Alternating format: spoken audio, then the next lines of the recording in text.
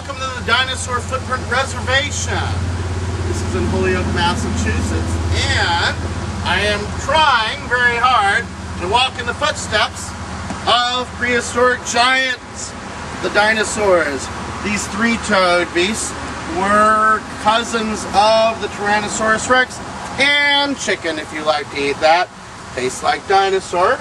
Make sure you tell your family on Thanksgiving that your turkey tastes like dinosaur too, because they are cousins of these guys. This is about 200 million years old, as are most of the deposits in the Connecticut River Valley. And this sandstone has a history that goes back before 200 million years, of course. This sandstone was once part of the volcanic island chain we know as the Bronson Hills chain, which is a volcanic arc that was formed off the coast of North America around 500 million years ago. That volcanic island chain collided with the Shelburne Falls volcanic island chain and collided with North America, and all of them got sandwiched between Africa and North America until they made stupendously huge mountains, bigger than the Himalayas. And then some 300 million, 200 million years later, moving forward to the end of the Triassic period, the beginning of the Jurassic, 200 million years ago from today, the Connecticut Rift Valley started to open up. Pangea was breaking up, and the valley started to drop. And as the valley dropped, the huge difference between the mountains, once again, as you've probably heard in some of the other clips, caused the mountains to start eroding very rapidly. So this sandstone is sort of in the middle of that event. This sandstone was laid down after the volcanoes erupted and was laid down throughout this valley in shallow lakes with rivers. It was a fantastic place apparently for dinosaurs, because we find dinosaur footprints in this sandstone throughout the Connecticut River Valley. We also find ripple marks in the sandstone. You'll find them all over the place here. You will find some other kinds of dinosaur footprints, and also a kind of crocodile. The footprints I found of the crocodile are just on the other side of that little bit of grass in the middle. The official reservation is in the map in your fieldwork journal, and it goes from here over to there. You will notice that these dinosaur footprints are extremely easy to see, whereas this dinosaur footprint is not so easy to see. In fact, I'm not entirely sure that that one is one, but I do think that there's one here. So there's a point there, and what looks like might be three things with a little bit of sandstone on top of one.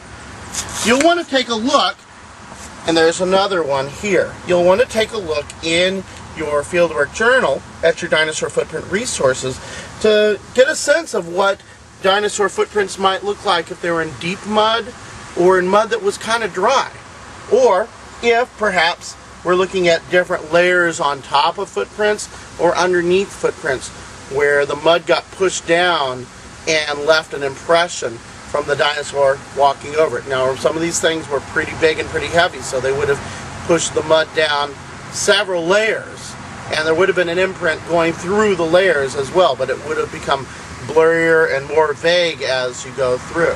So there are probably quite a few more dinosaur footprints in this little area than we've actually identified because of that.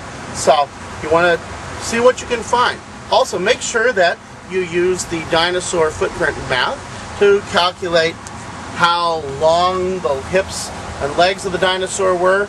Using its stride, you can figure out then how tall the dinosaur itself was, and even whether it was running or walking or jogging. So another thing you can look for is whether you think the dinosaurs were walking together, or if they're just all going in different directions.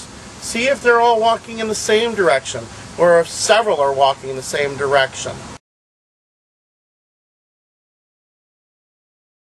You may have noticed that I'm having to sort of brace myself because this is all tilted here. And it's all tilted just like all the layers of the entire Connecticut River Valley, just like the volcano, whose edge is all around here and going around like that, is tilted as well. That volcano, by the way, is underneath all this sandstone. And all of this whole valley was tilted. After it all got the sediment laid down, then it continued to be stretched out as Pangea was getting pulled apart. And the eastern side dropped down like this. And then, over time, it got buried and buried and buried and buried and buried until many, many years later, we had a very, very deep layer of sediment on top of it. Had to have been at least 3 kilometers deep at some point, because that's about what it takes to turn this into rock. And so that was so deep, though, that, well, it was very deep, and the Connecticut River was running down to the sea, but it actually cut everything down to about sea level at some point. Later on, about 30 to 50 million years ago, tectonic forces heated up the lower crust and caused the crust to uplift. Then the Connecticut River started cutting down rapidly. Upstream, it actually had enough energy from that uplift to cut through the Mount Tom volcano, and it cut down through here and slowly exposed things. Eventually, humans arrived on the scene, and we were building a road here, and Route 5 was being worked on by workers in the 1940s, I believe it was, and discovered this site and cleared it out and exposed it, and it was made into a park, now run by the trustees of the reservation for us to see. Dinosaur footprints are so plentiful in the Connecticut River Valley that they are the state fossil of Massachusetts.